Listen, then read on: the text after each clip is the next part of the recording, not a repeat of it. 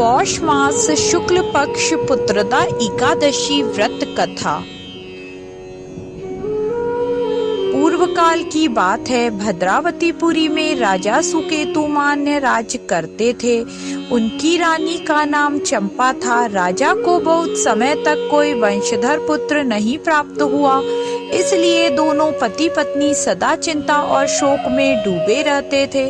राजा के पितर उनके दिए हुए जल को शोकोच्छ्वास से गर्म करके पीते थे। राजा के बाद और कोई ऐसा नहीं दिखाई देता जो हम लोगों का तर्पण करेगा, यह सोच सोचकर पितर दुखी रहते थे। एक दिन राजा घोड़े पर सवार होकर गहन वन में चले गए। पुरोहित आदि किसी को भी इस बात का पता न था।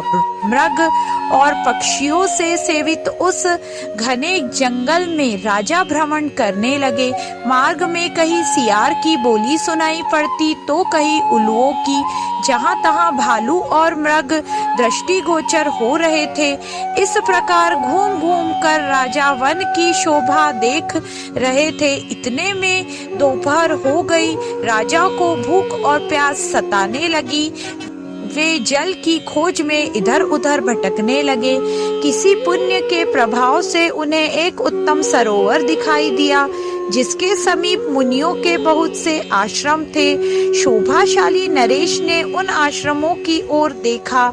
उस समय शुभ की सूचना देने वाले शकुन होने लगे। राजा का दाहिना नेत्र और दाहिना हाथ फड़कने लगा, जो उत्तम फल की सूचना दे रहा था। सरोवर के तट पर बहुत से मुनि वेद पाठ कर रहे थे। उन्हें देखकर राजा को बड़ा हर्ष हुआ। वे घोड़े से उतरकर मुनियों के सामने खड़े हो गए। प्रथपक्ष थक उन सबकी वंदना करने लगे। वे मुनि उत्तम व्रत का पालन करने वाले थे। जब राजा ने हाथ जोड़कर बारंबार दंडवत किया, तब मुनि बोले, राजन, हम लोग तुम पर प्रसन्न हैं।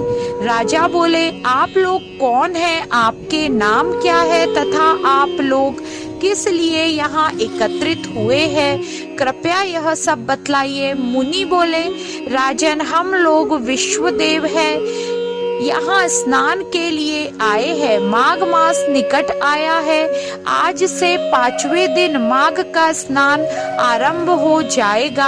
आज ही पुत्रदा नाम की एकादशी है, जो व्रत करने वाले मनुष्य को पुत्र देती है। राजा ने कहा, विश्वदेवगण, यदि आप लोग प्रसन्न हैं तो मुझे पुत्र दीजिए। मुनि बोले, राजन, आज पुत्रदा नाम की एकादशी है। इसका व्रत बहुत विख्यात है।